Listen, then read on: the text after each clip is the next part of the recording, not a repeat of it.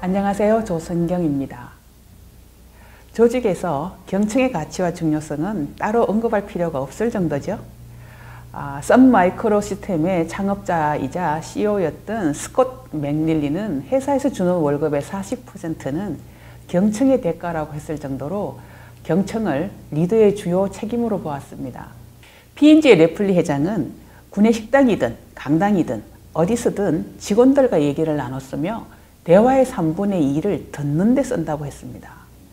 이렇게 함으로써 반대자의 목소리를 가라앉히고 사람들을 자기 편으로 끌어들이는 데 성공했다고 합니다.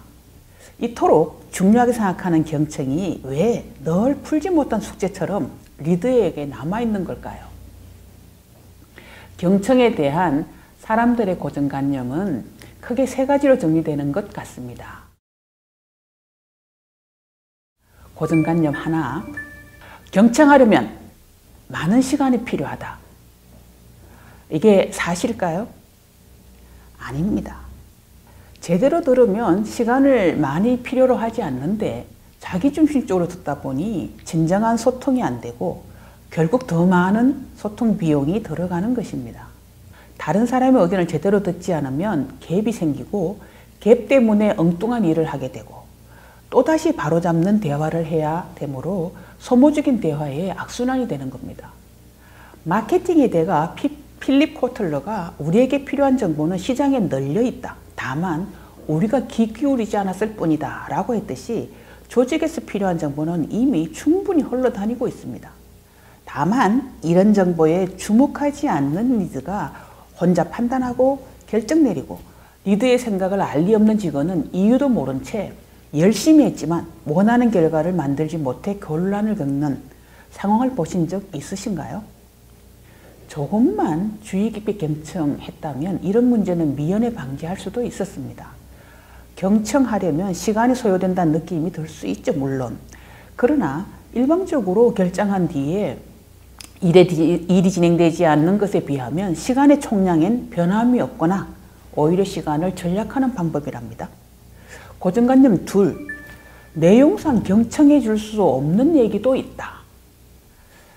많은 리더들이 직원들이 얘기하는 모든 내용을 다 경청해 줄 수는 없으며 경청해 주기 어려운 요구도 있다고 얘기합니다. 리더들이 말하는 경청하기 어려운 요구라는 게 과연 뭘까요? 리더가 대답을 제시해 줘야 하거나 회사가 추가적인 부담을 져야 하는 사안이 아닐까요? 자신이 해결의 책임을 져야 한다는 부담 때문에 경청하기 어려운 것이지 경청 자체가 어려운 것은 아닌 겁니다. 오랫동안 기업의 관리자, 리더와 교류해 본 결과 들으면서 동시에 해결책을 찾느라 듣지 못하는 경우가 너무도 많았습니다. 직원들은 자기 상사가 전지전능할 거란 착각은 하지 않습니다. 그냥 어려움에 대해 호소를 하고 도움을 받을 수 있을까 노크하는 것인데 미리 겁먹은 상사가 말문을 막고 성급하게 정리하려는 태도를 취하면서 소통이 막히는 것입니다. 솔루션을 찾는 것은 나중 일이고 우선은 직원들의 입장과 고충을 듣는 데만 집중해 줘도 직원들은 지지받고 보호받는다고 느끼고 상사를 신뢰하는데 말입니다. 고정관념 셋, 직원들이 자기 얘기를 잘하지 않습니다. 직원들이 자기 얘기를 잘하지 않는다는 것은 엄연한 현실이죠. 경청해 달라고 해서 커뮤니케이션 자리를 만들어주면 선뜻 얘기하는 사람이 없어서 결국 리더 혼자 떠들다 소통 자리를 끝낸 경험이 있으신가요? 또 다른 고민인 자기 얘기를 잘 안 할 때는 어떻게 해야 할까요? 얘기를 잘 안 하는 이유가 뭘까를 생각해 보면 답이 분명해지겠죠. 사람들은 호응해주는 사람들 앞에서 얘기하고 싶어 합니다. 의견을 냈을 때 호응하기보다 비판적 지적을 많이 당했다면 말 안 하는 게 상책이라고 결론 내렸을 것입니다. 평소에 스몰톡을 자주 해서 대화 자체에 친밀해지도록 하는 것도 필요합니다. 꼭 마감까지 지고 있다가 형편없는 수준으로 결과물을 가져오는 직원이 있다면 수준 안 되는 과제에 대해 야단을 치기보다 사전에 왜 미리 의논하지 않는가 하는 그 태도에 대해 이유를 확인해 보는 것이 도움이 됩니다. 어느 상사가 자기 직원들을 믿을 수 없다고 분노한 사례가 있습니다. 대답은 쉽게 하고선 실제로는 움직이지도 않고 마감에 임박해서 퇴근하면 그때야 수준도 안 되는 결과를 가지고 오니 큰 소리로 질책을 안 할 수가 없다는 거죠.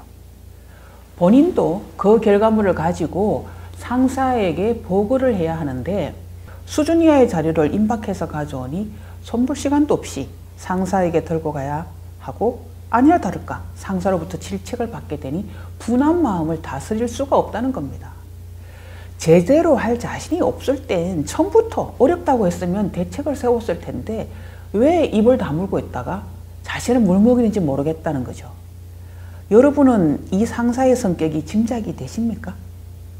사전에 의논을 했으면 아마 그것도 못하면서 그 자리에 있느냐고 챌린지를 했을 것입니다. 어차피 혼날 것 같으면 미뤄뒀다가 마지막에 한꺼번에 혼나지 하는 심정으로 미뤄왔을 겁니다. 얘기를 안 할 때는 상대한테 이유가 있는 것이 아니라 경청자인 상사한테 이유가 있는 경우가 훨씬 더 많습니다.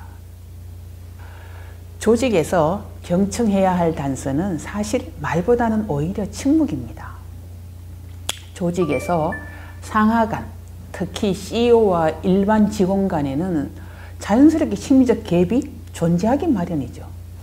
자신에 대한 인사권을 가진 상사를 조심스럽게 대하고 책 잡힐 일을 하지 않으려고 하는 것은 어쩌면 당연한 처신이겠죠. 하지만 이런 거리감이 진짜 소통을 방해한다는 사실을 잘 이해해야 합니다. 조직에서 부정적인 메시지는 굳이 드러내지 않으려는 경향을 보입니다. 그러니 침묵에는 엄청난 메시지가 숨겨져 있을 가능성이 있죠. 침묵을 듣기 위한 선제 조처는 침묵하지 않도록 하는 것입니다. 말이 쉽지 침묵에서 메시지를 듣는 건 기술적으로 훈련이 필요합니다. 그러니 침묵 뒤에 숨지 않고 부정적인 이야기를 마음 놓고 해도 되는 허용적인 분위기를 만드는 것이 중요합니다. 당장은 말이 안 되는 것처럼 들리는 얘기에도 귀를 기울이는 것입니다.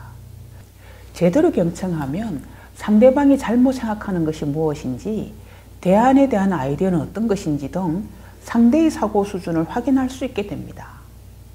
조직에서 경청해야 할 또 다른 단서는 비언어 메시지를 경청하는 것입니다. 침묵하면서 감춘 이야기는 비언어적 단서로 드러날 때가 많습니다. 이런 단서가 포착되었다면 무슨 어려운 문제가 있는 건 아닌가 하고 관심을 기울이고 이야기를 들어봐야 합니다. 조직 구성원은 부정적인 감정을 드러내기 어려우니 비언어에 담아 표현하는 것이죠. 결국 들으라고 하는 행동인데 아무도 관심을 기울이지 않으면 감정은 해소되지 않은 채 오래 유지되는 거겠죠. 이렇듯 조직에서는 속내를 말로 다 표현하지 않고 마음속에 감춰두는 경향이 있으므로 리더들은 적극적으로 경청하는 습관을 익히는 게 좋습니다. 적극적인 경청이란 표면적인 말, 이면의 속마음, 감춰진 감정, 생각까지 경청하는 것을 말합니다. 다시 말해 말하지 않는 말까지 경청하는 것이라고 보면 됩니다. 이와 같이 말하는 내용보다 더 깊은 진심을 듣는 것이 소통의 효율과 효과를 높이는 방법입니다. 이런 마음속 대화를 듣지 않고 일방통행의 소통을 하면 결국 리더 혼자 책임져야 하는 상황을 맞게 될 것입니다. 그런데 더욱 재미있는 것은 경청 대상자인 직원들조차 자기 속마음을 정확히 모르고 있다가 경청해주는 리더에게 자기 이야기를 하면서 자신의 생각과 마음을 보다 분명하게 알게 되는 경우도 많다는 것입니다. 언어적 메시지뿐만 아니라 비언어적 메시지까지 경청해야 제대로 된 경청을 한 것입니다.